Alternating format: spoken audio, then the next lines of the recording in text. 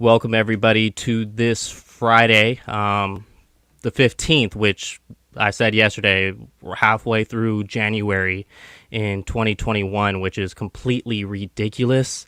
And next, we're going to be talking about week one recap here. As soon as we wake up tomorrow, we're going to be talking about week one and the NFL draft and all that good stuff. But to introduce who I have here today is at Bayluke _ Go ahead and let them know who you are and where they can find you. Hey, how's it going, guys? Thank you to Leo for having me on. Super excited to be here. Yes, my Twitter handle is at Bayluke _ I run a podcast called Blow the Whistle, covering all things Bay Area sports, 49ers, Giants, Warriors, college ball, everything like that.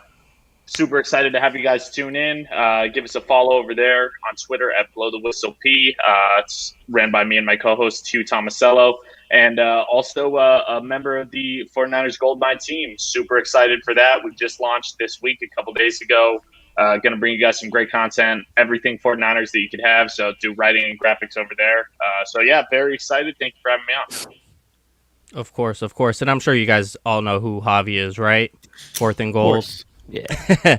it's because time. Yeah, Twisted Tea. So watch out with your comments and what you say in the comment section. Javi is strapped with the Twisted Tea. Keep that thing on. Yeah, so let me go ahead and I'm having a Truly today because I kind of have a not fantastic but fantastic beer belly, that Dad Bod 2021, which I'm trying to slimmer down a bit on. So yeah, I'll have a Truly. As everybody knows now, Robert Saleh is a New York Jet, and great for him. I think it's great for the 49ers as well. Obviously, they get the 2 third-round picks. I think D'Amico Ryans is going to be a fantastic... Javi is just a podcaster, Kobe. He's just a podcaster. Yeah, they get those 2 third-round picks. I like D'Amico Ryans a lot. And when looking at Robert Saleh, now that he's a Jet, Luke, who do you think is somebody that he's going to want to bring over from this current pool of free agents that the 49ers have right now, which is quite a bit? I think number one is K'Wan Williams. I think that is not only the most likely option, just in terms of a guy that the 49ers might struggle to pay with their other contracts that they have coming up, but also K'Wan is a Jersey guy. Even Sherman said it on his Twitter today. K'Wan is a Jersey guy. He's from near where the Jets play. Obviously love Saleh. All these players, that's the biggest thing that I think the Jets are getting with Saleh is they are getting a coach who players absolutely love to play for. They are dedicated to him. He is a great leader. The people around him gravitate towards him. You saw that even when fans were calling for his head in 2018 and Colin front office backed him up and the players backed him up. So for that reason, I think that K'Wan is the likeliest target to go over. K'Wan is one of the best nickels in the league, and with his Jersey connections, with the potential contract that he could be getting in the cap space that the Jets have, I think he's the likeliest target for sure. Yeah, I mean, I'm with Luke, but I'd rather, before we get to the players, I think the thing with Saleh, he's like a CEO. I think that's kind of what the Jets were looking for. Like, hey, I'm the head coach. Yes, I will be running the defense, but I can delegate to my guys. An offensive coordinator, obviously, with LaFleur, who can maybe revitalize Sam Darnold's career, kind of like what we saw with Stefanski, kind of revitalized Baker Mayfield's career before it went to that complete nosedive. Maybe it's a year too late for LaFleur to get to Darnold, but I think it's a big deal. And then with Saleh being the CEO, who's going to be his defensive coordinator, or kind of like McDaniels is the OC in San Francisco, the title of the DC in New York. We'll see what they do there. I think the Jets, people think they're like inept of talent. No, they have guys: Marcus May, McDougal. You still got Quinn Williams. What happens with C.J. Mosley, a linebacker? Is May a free agent? I think May is a free agent. I think it's a guy that they probably would retain. You better retain a guy like that. Maybe he wants to go to the other side of the country. Maybe the Niners pick him up, in free agency. But to add on to Luke's list, I think the Patterson, New Jersey connection for K'Wan Williams, and I think the New York connection with Kyle Juszczyk, that's his off-season home. He lives in New York. He might just want to be home. We heard last time we heard from Juice, he got pretty emotional. He mentioned his house in New York. He mentioned what he does in the offseason. He's thinking about starting a family. Maybe that's just easier for him to be on the East Coast and go with Saleh and LaFleur, but he has a super dope connection with Mike McDaniel. So then I would add in Ronnie Blair. I would think Akella Witherspoon would be another option to go over there. So I maybe 3 or 4 guys follow Saleh. Maybe another offensive player, Kendrick Bourne, might be another option. Yeah, do you think anybody from the defensive staff goes with Saleh? Because I personally think that he wanted D'Amico Ryans and said, "Hey, I'll give you the DC job." That's my personal opinion. But then the 49ers has that opportunity to promote D'Amico Ryans, which they did that really fast. And that's something they knew from day one what was going to happen. That's why they didn't do any research on any other guys. That's why all the other top DCs that wanted to leak to the 49ers, they didn't hold out. They signed with those teams pretty quickly. They weren't waiting to see on Saleh's decision. It's not like 49ers were in the playoffs that everyone had to wait for Robert Saleh like they're doing with Bieniemy. And so once I saw those guys sign really quick, Dan Quinn, Gus Bradley, that's who I'm talking about. Once they signed pretty quick to their new clubs, that signaled to me that the 49ers are going to bring back D'Amico Ryans, or else those guys would have waited, because you look at what the 49ers have on defense, the players they have, they're pretty fantastic. And if you're Quinn or Bradley, you might want to hold out a bit to have Greenlaw, Fred Warner, Bosa, Armstead, Kinlaw, Jimmy Ward. You're going to hold out, a few days for those guys. Yeah. And so, but I think that was kind of Saleh's and he wanted D'Amico, but he just couldn't offer D'Amico a better opportunity than the 49ers. Yeah, I mean, you saw how quickly they announced D'Amico Ryans, as DC, or that it was announced that he was coming back to DC with San Francisco pretty much immediately after Saleh, the announcement about Saleh and the Jets was made. Mm-hmm. So you have to imagine that Kyle, Jed, John, the front office guys knew that Saleh was gone. I mean, everybody's known that he was going to get head coaching offers for some time now. And that to me just screams. They've been talking about D'Amico as DC for some time. And if you are D'Amico Ryans, like all love for Saleh and best wishes for him with the Jets, but it is difficult for me to think that he has a better opportunity anywhere than he does with San Francisco. And so that to me speaks that there's probably not going to be a lot of defensive staff following Saleh. I'm guessing that a lot of those guys want to stay with the continuity that they have. They have more opportunity now as the ladders are kind of moving up with Saleh gone. D'Amico's moving up a rung. These other guys can move up a rung. So I would say that most people are going to stay put. Vish is a fucking genius, man. I don't get it. I really don't get it. Rutenberg is, he's a linebacker. He's an assistant coach for the Niners now. He could go with Saleh. He work with the linebacker group or be a defensive coordinator option. That was a name that I recognized a couple days ago. I was like, maybe not.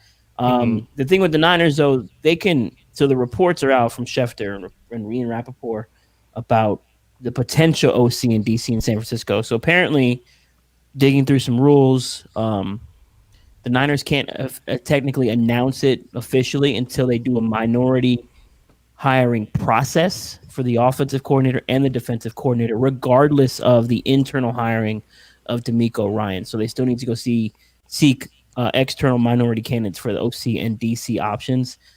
It's more than likely going to be McDaniels and D'Amico Ryans, but they have to follow those protocols. Do I think it's stupid? Yes, but at the same time, it's best to give other guys opportunities. But I think McDaniels will get it and D'Amico Ryans will get it. As far as guys that go with Saleh, maybe Kasarik goes with Saleh. Maybe that's something they do. Maybe they go away from the wide 9 in San Francisco, which is something I really didn't like, especially if you don't have your D Ford and Nick Bosa's. It went away from it quite a bit already. Yeah, so they're kind of transitioning away from that wide 9 look. Maybe he takes it to New York with Quinn Williams and whoever they decide to get an edge rusher. Um, I think those are the only two. Ruttenberg and Kusurek would probably be the two on defense. Offensively, LaFleur has connections everywhere. He can probably have their choice of guys that would want to go there and work. Some of the offensive guys in New York, they weren't terrible. I think Adam Gase was just that bad. So you obviously want to go through that coaching staff, kind of like the Niners did when Kyle Shanahan took over. Remember, Tom Rathman was still here, and he had to let him go for Bobby Turner. So they're going to dig through that staff and see who they can keep, who they want to keep. The Jets defense wasn't terrible. Greg Williams is just a terrible coach. So they have players and they have talent. So they might have some guys in house too in New York that Saleh likes to keep. I'm just happy Saleh got a job, and the third round picks are coming the Niners' way. I think the Jets will probably be pretty good. If they can figure out the Sam Darnold thing, they have pieces in place. They got the number 2 pick. They got money. It's a good spot, and I think maybe Saleh doesn't make the same mistake that Kyle made. You got the number 2 pick and you got a quarterback available. Go get him. Don't mess around with this whole situation here. Yeah. I think K1 is probably the most obvious going back to the players. I was having a conversation with an individual last night. So this is obviously way before the Sherman tweet today. Yeah. And that individual told me look out for K1 or KK. If that's what they want to call him. So look out for K1. He's from Jersey. He's going to be pretty play at home. That's kind of one of those things you think about as a kid. It's just that stadium that's within 30 minutes or basically the closest stadium to your home address is growing up and playing inside there. Playing inside a stadium 8 games a year minimum in front of friends, family, conveniently, not where they have to travel 5 to 8 hours just to go see you play. MetLife Stadium is 10 minutes away. Yeah. From Patterson, New Jersey? Yeah. Yeah, I would say K1's a lock for the Jets. Yeah. Because Saleh loves K1. Yeah. He loves K1. And you play more nickel packages than you do base in Saleh's defense. K1 see more snaps than Azeez Al-Shaair when Al-Shaair was on the field. And K1 at the same time. That was obviously post Quan Alexander trade. So it's 49ers can't get in a negotiating war, a bidding war with the New York Jets. They just have more money. They have more money. MetLife Stadium is a walking IR. Yeah, that's fair. That's fair. All fields should be grass. No more turf. Get rid of it. Honestly, yeah.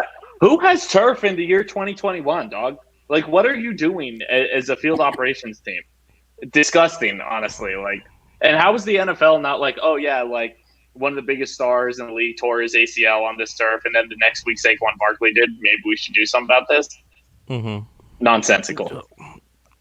Completely. New name, yes, we are 49ers Gold Mine now. Thank you for asking that. But it's... So K1, when I look at somebody else other than K1, I just said the 49ers can't get in a bidding war with the Jets. It wouldn't surprise me if he wants to go and get Verrett. The way Verrett just played. Yeah. I'm sure Verrett wants to stay with the 49ers because he's been vocal about the facilities, that it got his mental right because it got his physical right. Once he finally felt confident in his physical ability, he contributed that a lot to the facilities over there in Santa Clara. But I think the Jets have some pretty good facilities as well, from what I hear. They're not lackluster. They're not high school. New York. Yeah. Exactly. So Saleh brings him in. Saleh knows exactly what Verrett could do. He just saw it. Yeah. And they can overpay. The 49ers can't. So that concerns me because I want Verrett back on this team. And Marco in the comments is probably going to say he wants a kilo. But no, I want Verrett. A kilo's cool. But if you told me I could have one or the other, I'm taking Verrett without hesitation. I'm taking Verrett and Mosley before I, have Verrett and Akilo on the starting side. Just because, not that I'm trying to knock Akilo. I think he is a fine player. But I just have a confidence issue with Akilo because he has a confidence issue in himself. Is he going to be okay to start week by week by week? Or is he going to show me 2 promising games and then just look like Brian Allen the next 2 games?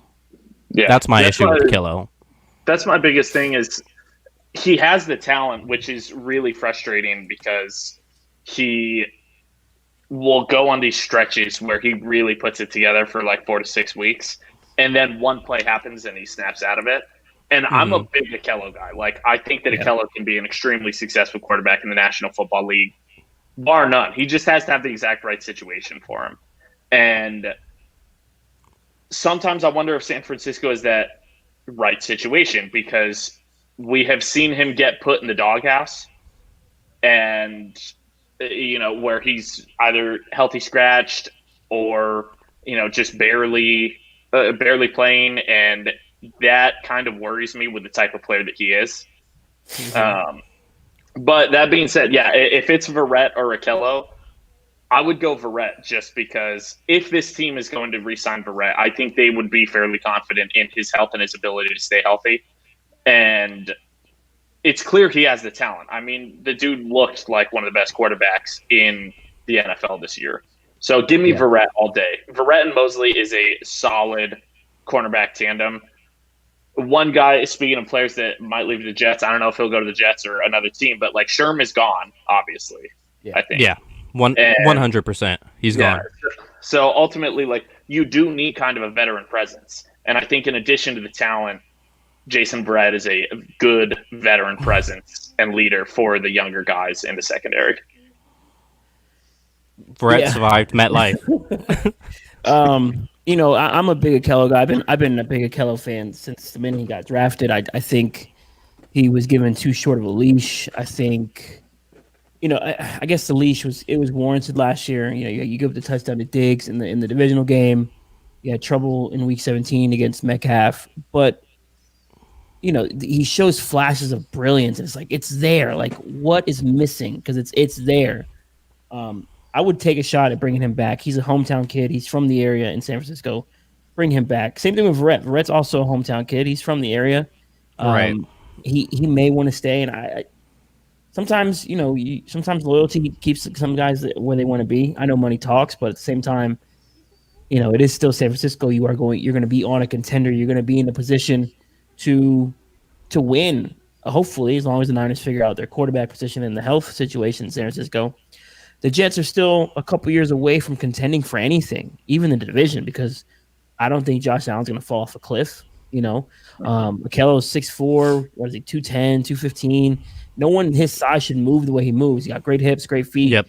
He's always in the right position. It's just that last second, it's like, Akilo, turn your head, grab, catch the ball, bat it away. But, you saw the last couple of weeks against Metcalf. You saw it against Hopkins. You saw it against when he was out there, he was playing pretty damn well. So it's maybe he turned it around. Maybe the hard coaching Kyle was giving him and Saleh was giving him worked, and he stays around. I think he stays around, but that's going to be the toughest one. Those DBs, I think after K1 it gets a little muddy on who stays and who goes.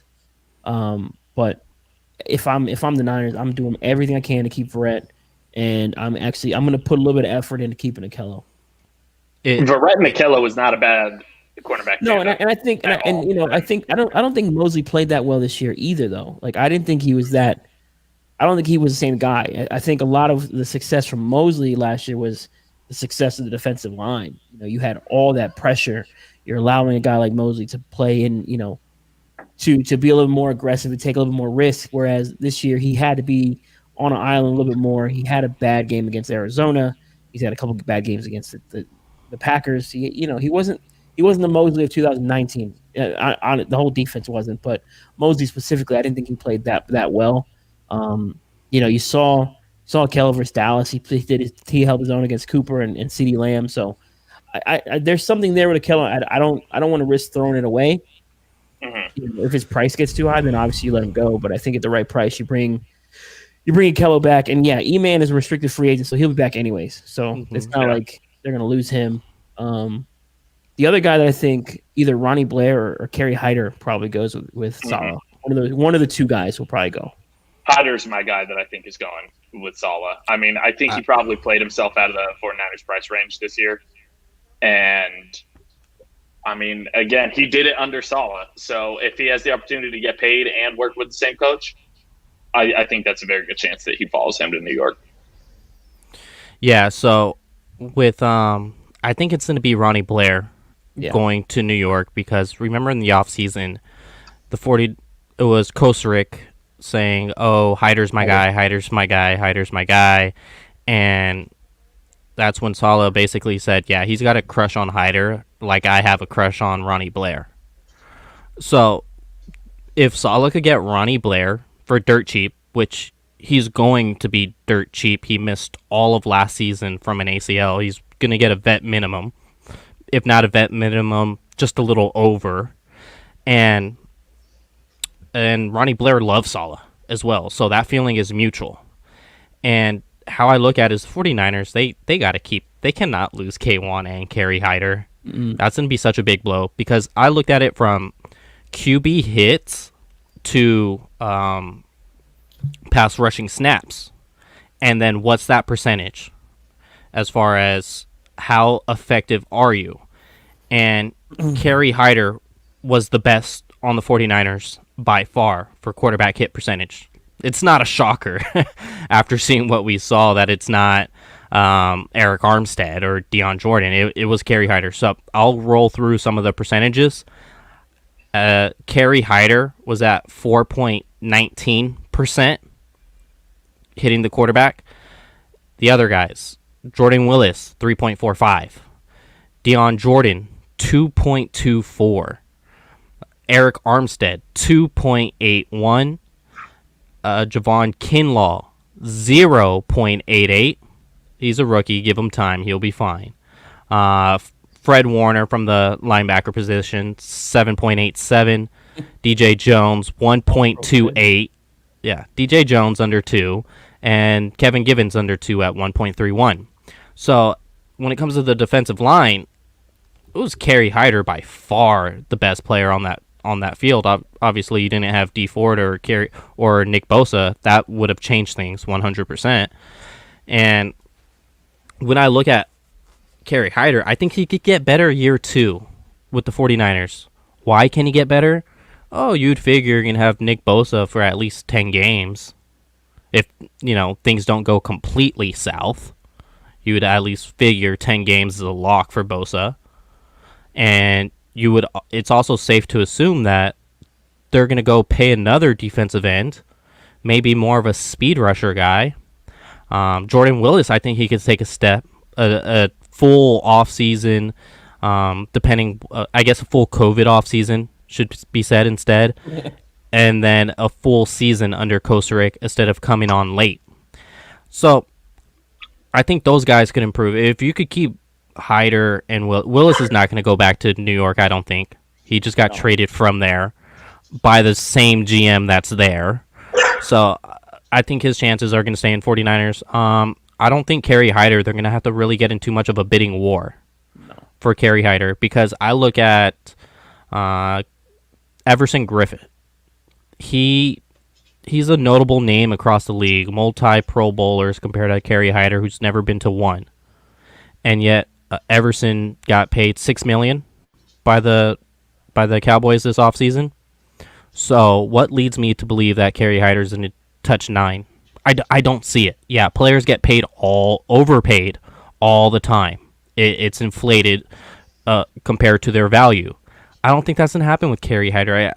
We're seeing a dip in that market for these guys that aren't Bosa's, that aren't TJ Watts, those second tier or those guys that are falling off from the prime. They're not getting paid that high. So I don't think we should assume Kerry Hyder's going to make as much as Brett. He's going to make less money than Brett. And if he's making less money than Brett, I think they could hold him in Santa Clara compared to him going to New Jersey, mainly because Kocurek will be in Santa Clara.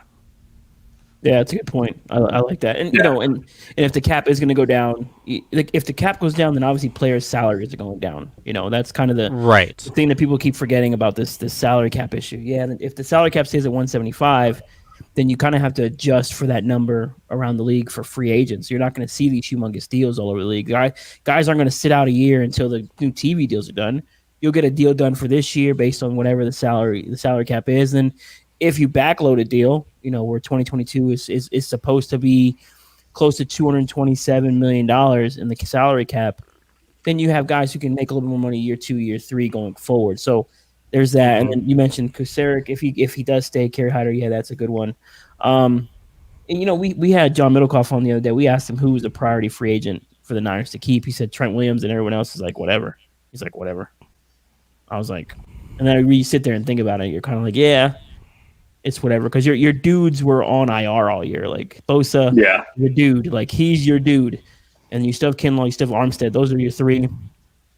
Fred Warner played a full season, so he's back. Jimmy Ward played a full season, he's back. What do you do at strong safety? So there's just, I'm not. For me, I know Twitter and social media freaks out about the free agency room. Outside of Trent, I mean, the only one I really, really want back is K1 and Juice. Yeah, those are the three. People have been talking a lot about 40 free agents, 40 free agents, 40 free agents. And it's like, again, there are 10 of those who were like players that were really significant for this team. And exactly. Worth a damn. Just say it. Worth a damn. Yeah, exactly. Yeah, worth a damn. There's 10 that's worth a damn. And there's probably 5 that are in any way like really significant to this team. 5 that like you will have trouble replacing their exact productivity. Also, Troy, my guy. Give me Troy Warner on this team all day.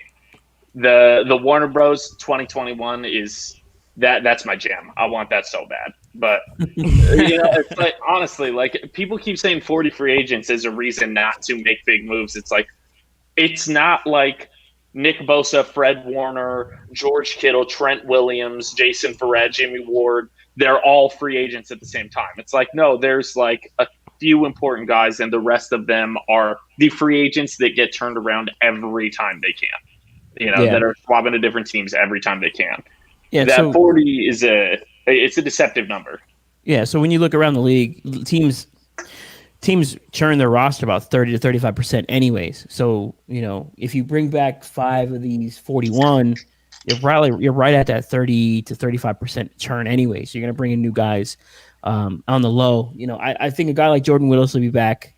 He's unrestricted, but I think he'll be back because you saw some flashes. He was getting more production in San Francisco than he did in New York, and maybe that's Saleh and Kocurek. That'd be great. So, and then 40 free agents. Niners had 30 guys on IR. So yeah, I mean, you're looking at the roster. Most of it was on IR. So you bring back a Jordan Willis.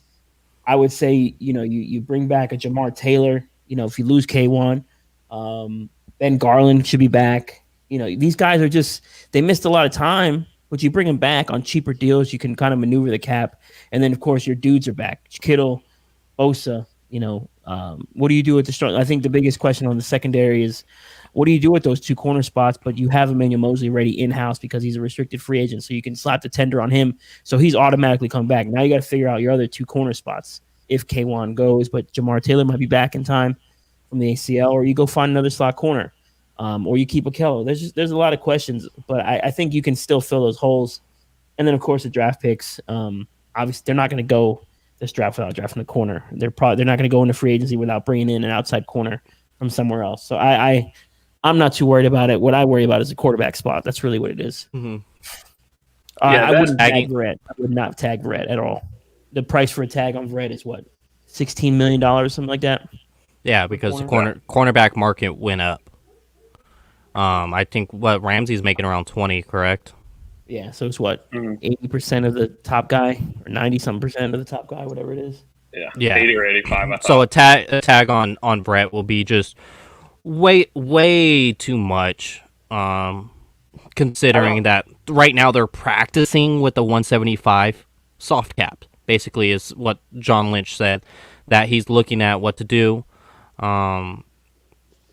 Ramsey is 20, so you can't tag Brett. He's just too expensive. And I just wanted to touch on that. So, real quick, the franchise tag on a corner for 2021 is $14.8 million.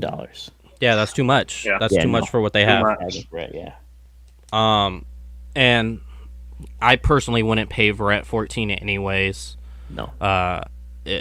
But going back onto it, the 40 free agents, how many is restricted to where the 49ers are going to keep pretty cheap? And also, how many is it guys like River Craycraft, Horonis Grasu, so here's the restricted. Tevin Coleman, like those guys aren't coming back. I got the list up. Restricted free agents. So you got Josh Rosen, Nick Mullins, Tabor Pepper, Jeff Wilson, Ross Dwelly, Emmanuel Mosley, Marcel Harris. So out of all those guys, the most important one was Emmanuel Mosley, and probably Jeff Wilson is second. So you tag. There's your transition tag. You bring those two back, and you keep Pepper. Yeah, Pepper's probably signed. So three of those six or whatever it was will be back. And then you look at your unrestricted guys. There's Trent Taylor. No. Nah. Nope. DJ Can we go to this adult version of Smash or Pass version? We'll just say keeper pass. Swipe left, swipe right. I like it. So run through the list and we'll say yes or no. All right. Yay or nay. Trent Williams. Yay. Richard Sherman. Nay. Nay. Solomon Thomas. Nay. Nay. Jaquaski Tart. Yay. I'm gonna say yay. Depending on the money, yeah. Yay. Okay. Kyle Juszczyk. Nay. I don't. Again, if they can get him on a reasonable deal, I don't think that they can, though. I think it's more likely that, the money is not going to be workable. So, nay. Tevin Coleman. Nay. Hell nay. Fuck nay. Yeah. I didn't mean to curse, but no. No. Feel free. Kendrick Bourne. Yeah. I would say yay, but nay, because I'm not going to want to match his $5 million that he's probably going to earn. So nay. K'Wan Williams. Yay. Yeah. So that's what, 3 yays. Ronald Blair. Yay. Yeah. Nay. Ben Garland. Yay. Ben Garland, yay for sure. Kerry Hyder. Yay. At the right price, right? Mm-hmm. Ziggy Ansah. He played 30 snaps. Like, come on. Yeah. Nay. Nay. Tom Compton. Where's Jason when we meet him? Tom Compton.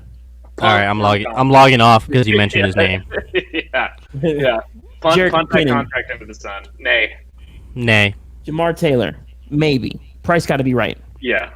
Yay. I think the price will be right, and I think if K1 leaves, why not? Okay. Why not? He looked good, so fuck it. Jordan Reed. No. Nay. Yeah. Turney Bergstrom.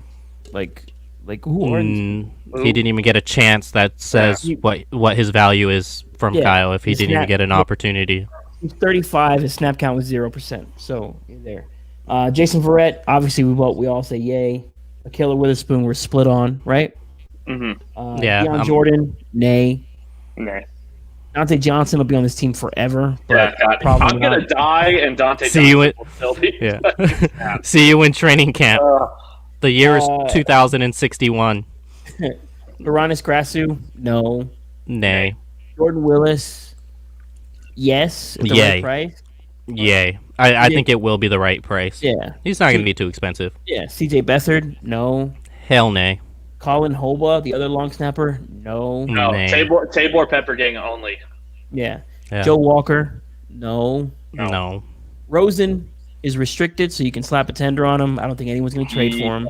Yeah. I don't think you have to slap a tender on him. Yeah, that's probably worth it. Nick Mullins, no, because he's gonna have Tommy John surgery. No. Yeah. Obviously Tabor Pepper, so yes. Jeff Wilson, yes. Ross Dwelly. Yes. Yeah. Yeah. Yeah, you let Jordan Reed walk for the purpose that you bring back Dwelly. Ken Webster, he got 1% of the snaps. No. Nay. River Craycraft, no. Nay. Kai Nachu, he came on he played one game. Yeah. No. Nay. Emmanuel Mosley, restricted free agent. He'll be back. Hell yeah. Daniel Brunskill. Yes, you bring him back. Yes. Yeah. Trent Taylor. No. No. DJ Jones. Yes, at the right price. Right? Mm-hmm. Right. Marcel Harris, restricted free agent. Probably slap a tender on him. I don't think anyone's going to come for him. But Yeah, I don't think anyone really is going to come for him. And then the last, although I think he's valuable enough for a team too, but no one's going to want to pay him more than $3 million. Yeah. So then you got Austin Walter, Jared Maiden, Juwan Jennings, Sean Poindexter. These are all practice squad guys. So if you go through this list, we literally named off 8 people to bring back. I'm not worried about this free agency group. I'm not at all. The free agency group is not going to be what brings this team to a Super Bowl or not. Correct. What brings this team to a Super Bowl or not is going to be the quarterback position. Like, and again, keeping Ronald Blair is not going to be the difference between can we get a great quarterback or not. So people need to just calm down a little bit with the 40 free agents business because again, it's a deceptive number. Like all numbers without context are useless. And you can't just scream 40 free agents. So they need to keep Jimmy. Like that's an argument I've seen for keeping Jimmy is they have 40 free agents, and I'm like that's not even math. That doesn't compute at all. Like, yeah, you need to look a little more at what the roster situation actually is. And with Richard Sherman, he's the one who's known to talk the amount of free agents. Well, he's not going to flat out say the 49ers don't want me anymore, so I'm probably not going to sign. No, he's gonna make excuses of why he's not going to be back. That's what you do when you're representing yourself. Sorry, this truly is making me belch a little bit. So with Richard Sherman saying that, he's not going to, I'm not going to be back here. They don't want me. I'm not in the plans. I'm not in the futures. Yeah, you go with the easy excuses. They have a crazy amount of free agents. You could do the math yourself. They can't sign every single one of them. Even the 8 we said yay on, they're not going to bring back every single one of them. Oh, exactly. So they're probably going to bring back 3 out of the 8 we said. And Richard Sherman wasn't even in the yay section, so he knows what his future holds. But if you say I'm not a part of this team's future, that's just gonna dip his own market value. So why the hell would he do that? But the other teams probably know that. But at least he has that in his back pocket, and he's going to use that in his back pocket. Yeah, it's smart of him. Of course you should do that. You should sell yourself a certain way. I think John Lynch said it best. Like sometimes when I talk to Sherman, I need to figure out if he has his agent cap on or player hat on. So it's just like, Sherman's not stupid, and you can see the writing on the wall. The way the defense was playing when he was on the field versus how they looked when he was off the field. They went more man when he was off the field. They were in more zone when he was on the field. Saleh was trying to make some adjustments with the defense when people thought he wasn't making any adjustments. He actually was. He went to more cover, went to more man, went to more quarters, went to more cover 4 type of looks in this defense, like getting away from the single high, going more split safety.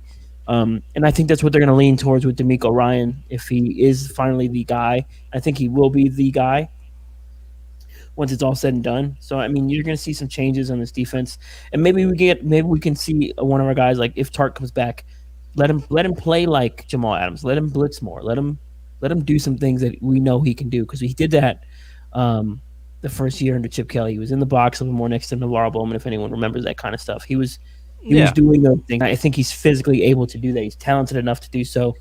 I'm on team bring Kwaski back at the right price for sure. Same. I like Kwaski. Yeah. Kwaski's one of my guys. I mean, people sleep on him, but he is an above average safety in this league. He's a good safety in this league. Yeah. And I think if he gets freedom to explore what he can do a little bit more, you're going to see more playmaking from him. Absolutely. Yeah, and I'm all for him blitzing more, because 49ers are one of the teams that just don't really blitz. They don't blitz from their linebacking spot, not much. They had to do it more with Fred Warner this year because they were stuck in that position because their 4 guys rushing couldn't get there, like, at all. unless the play just extended and then Kerry Hyder's hustle got him there. And then with that, I want to see more than 4 guys blitz. I do. And I think Tart is good enough athletically and IQ that he could get home on some of those blitzes. Like Jamal Adams, he's a great blitzer, I guess. He's great off the edge, but I don't think he's just sky levels ahead of what Tart can do off of the edge. So I think Tart is manageable of getting 3 sacks a season if he's given the opportunity, maybe 4 sacks a season if he's given the opportunity, but he hasn't been given that opportunity.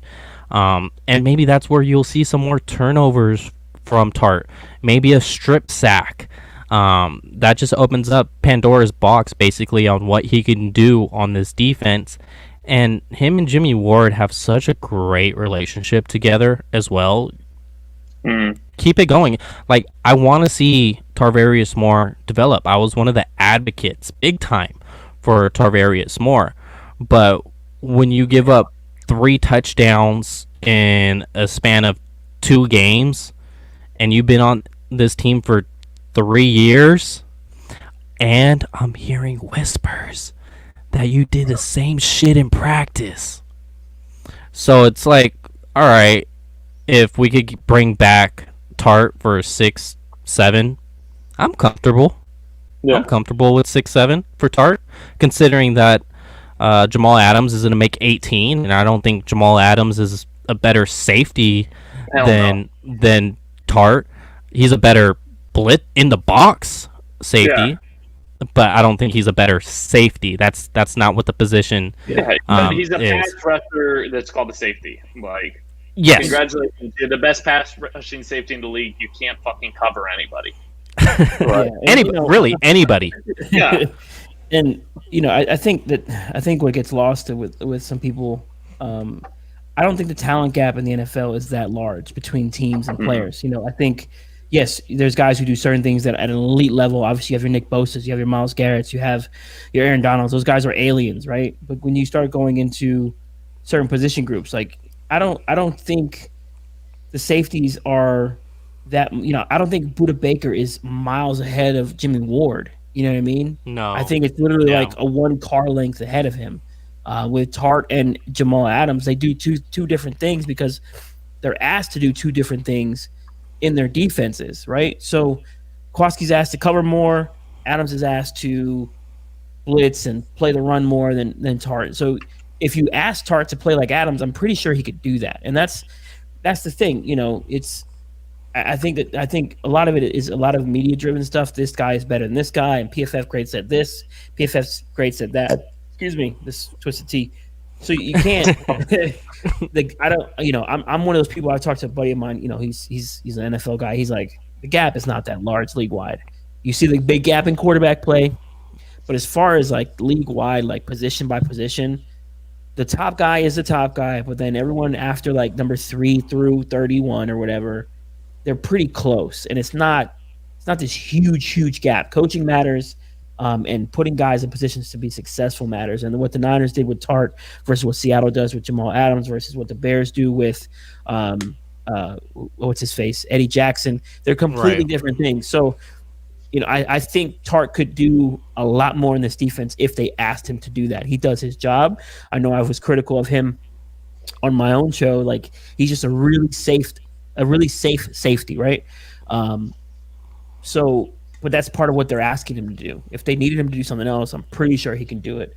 And that's just me being ignorant too when I said that, because it's like, wait a second, there's plenty of film of him doing stuff with Jamal Adams. And yes, Adam does one thing really, really great. I'm not hating on the guy. I just think he's a glorified Sam linebacker. He can't cover to save his life. Julian Edelman put up like 160 yards against him. Julian Edelman routed him up that entire game. Even in the game that we played at the Seattle Seahawks in the end of the season, he was getting beat all day. It's on tape. Like, he was just getting worked. He's just a bad coverage guy. It just is what it is with him. Whereas Tart, he has some flash. And Tart's good in both. He's not great at either, but he's good at both, and that's what you want, right? Yeah, I think sometimes it is important, and again, like I mentioned with the coaching staff, same thing with the players themselves. Like I think continuity is very important, and I think that keeping that same safety tandem is important, and it keeps the defense, because there are going to be some spots that are rotated in and out, but keeping as much of the defense where it's good the same, very much very important to me, I think. And if they have a little more freedom, Jimmy Ward and Kwaski can be one of the better safety tandems in the league.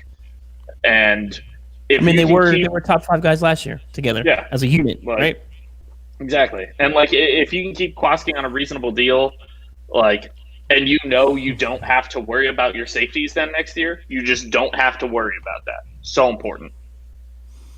Yeah, like I would admit I was one of the people that said I wanted Jamal Adams. Well, me too. Same. I blame myself on lack of education, I guess, because I didn't really watch him in New York, as I watch him in Seattle now. So I blame myself on that. I'll own it. Yeah, I said it. Go get Jamal Adams. I said it. But Leo, I think part of that thing with Jamal Adams is like we're expecting a healthy Nick Bosa. We're expecting a healthy Solomon Thomas. When you're putting the unit as a whole together, yes, let Jimmy Ward be the free safety back there, and now you're adding Jamal Adams as this sneaky edge rusher, and you run a certain type of defense, it makes it look way different. So he would be different here. So I was looking at him like that. Like he would be another weapon in the pass rush. Like that would be insane. Could you imagine a healthy Bosa, healthy D Ford with a Jamal Adams? Yeah, so those deep balls, they wouldn't exist. Yeah, they wouldn't exist. Those deep passes wouldn't exist if Jamal Adams was here. So yeah, that's fair. This year he would have been destroyed. He'd probably got 250 dropped on his head without the 49ers pass rush every single week if that was the case. Yeah. But I look at it as who's the DC now? D'Amico Ryans, not Saleh. What did D'Amico do in the NFL? Play linebacker. I feel that you understand that back line maybe just a little bit better based on experience. Maybe he doesn't, but I'm going to go with what I believe, that he understands that back line, those safeties, a little bit better from a personal experience than Saleh. And so he may understand that to a point that he wants to mix these guys at safety a little more up in the box or up high. He may want to do a little more with them because he understands their value from a linebacker position. Why is it important to understand their value from a linebacker position? Because you have Fred Warner, who's an all-pro linebacker in the NFL and the captain of your defense. So if you could understand the views from the captain of your defense, I think that can allow you to unlock more things than you have previously, and you understand it from that same damn position. That's where I think that they could do a little more with that safety position than we saw previously. Some change is good. Like we're talking about continuity with having Tart and Moore. Yeah, Tart, his injuries, they do make me worried. But when we're talking about $6 to $7 million per year for what you get for him, even if he's out there for 10 weeks, you take that. When a guy like Jamal Adams is costing 18, when a guy like Eddie Jackson is costing 14. Yeah, those guys may be out there more on a week-to-week basis. Well, guess what? You make up for when Tart's not out there because he's costing 6 to 7. Now, if Tart is making $11 million per year, then yeah, you do say, all right, what the fuck? I need to see this guy more on the field. But if he's making 6 to 7, you take that all day, all freaking day. Yeah, exactly. So basically, sometimes that continuity is good to keep those safeties. Yeah. But then where the change is good sometimes is having D'Amico understanding that defense, being there with that defense, and having a solid relationship with his linebacker that say, hey, maybe if we try this a little more, maybe he's a little more willing to try things out. Yeah. than Saleh. Yeah, and we saw towards the end of the year with Saleh, they were making those adjustments. They're going away from that They have been going away from that single high. They're going more split safety look, potentially some Tampa 2. Put a little bit more on Warner's plate. I think we all can agree. All Pro Fred is smart. He's very intelligent. I think he's very capable of handling that. And some of the best defensive coordinators are linebacker coaches, right? Robert Saleh was a linebacker coach. That's how he started. Right. Ryan's linebacker coach. He's a defensive coordinator now. Ken Norton, regardless of what people think of the Seattle defense, they turned it on towards the end of the year. They made adjustments. They got the right personnel in there. Their defense looked much better. It's. I think we're gonna see a little bit different look in this defense next year. I think we're gonna see a lot more split safety. We're gonna see a little bit more man coverage. Just a matter of getting the man corner. There's guys to look at. Eric Stokes out of Georgia. You got Israel Mukuamu from South Carolina. That's who I want. Yeah, there's guys to be had, and of course you got to look at the free agency group. Some guys may just take less to come to San Francisco. The Niners are a desirable destination. Who's out there right now? There's probably some guys gonna be out there. Some guys might get cut for cap casualties. It's gonna be a weird offseason. It's gonna be a long offseason. Yeah. It's not going to be a peaceful time on 49ers Twitter, to say the least. I mean, literally, the day the season ended, people are telling me to go to hell in my mentions because I'm like, maybe there could be a potential upgrade at quarterback. So it's gonna be the danger zone for a while. But I don't know. Hopefully, it leads to good things. Though I think that on the other side, yes, it's a tumultuous offseason. That means that great results could happen, though. It's tumultuous because it's so important. This could be the difference between the 49ers championship window closing very quickly and it extending for quite some time. Yeah, and with the free agency, the corners, I think it's the biggest issue after Jimmy Garoppolo. It's the cornerback room, right? So you look at the free agents that are available: Patrick Peterson, Richard Sherman, DJ Hayden, Josh Norman, Brian Poole, Jason McCourty, Mackenzie Alexander, Quentin Dunbar. Mike Hilton, Terrence Mitchell, Kevin Johnson. There's only a couple guys here that I would actually consider. Kevin King is available. That is a target. That's a guy I would target in free agency, and he might not cost that much because he hasn't been that great in Green Bay. But I think he would excel in a man covered situation in San Francisco. That'd be a guy I would target big time. I liked him out of college. Yeah, me too. You still got Vernon Hargraves in the Texans. Nico Thorpe is another guy. There's you can get some things if you're expecting your pass rush to be the way it was in 2019, you can kind of moneyball this secondary a little bit and get some good pieces. Kevin King, I don't think would be a moneyball pick. Explain this real quick. Explain this real quick. Oh, hey Eddie. No, I'm gonna put the pod back up. We're making a transition from platforms. It's a money thing. Shit costs money. I don't get paid to do this stuff. So I'm moving the podcast from Spreaker to Anchor, and for some reason it's not transferring to Spotify or Apple right now, but it is on Anchor. So if you go to the app, if you go to the link on the Fourth and Goal podcast page, click it there, it'll play. We just had John Middlecoff on, and what I'll do is I will repost that link after the show. Perfect. And so Mackenzie Alexander is a name I look at as well, because he's a slot corner when we talk about K1 potentially becoming a Jet. So Mackenzie Alexander is someone I liked out of Clemson, played pretty well from the slot. I think he could excel in this scheme.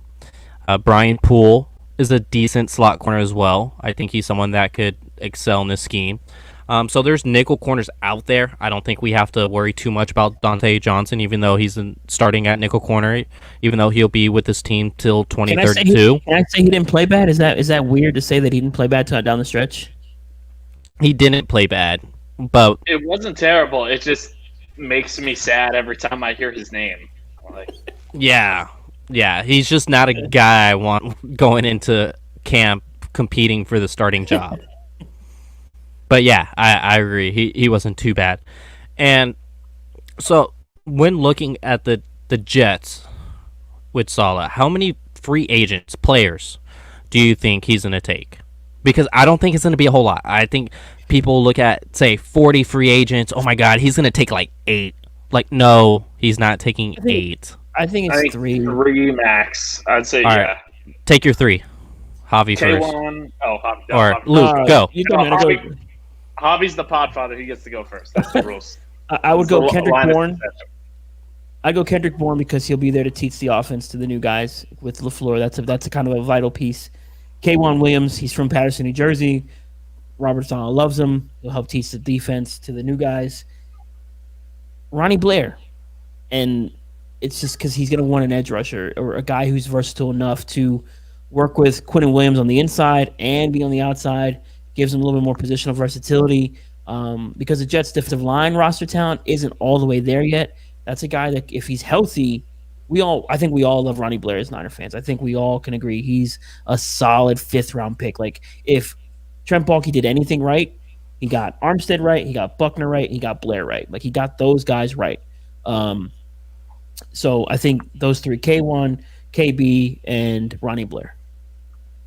And for me, I'm sticking to the same. I'm going K1, Ronnie Blair, and Juice. I do think that the offseason home in New York has a lot to play into this. I think that sometimes we overestimate the so-and-so wants a ring thing so bad and underestimate, like Leo was saying earlier, the ability to play in front of family and friends and be comfortable.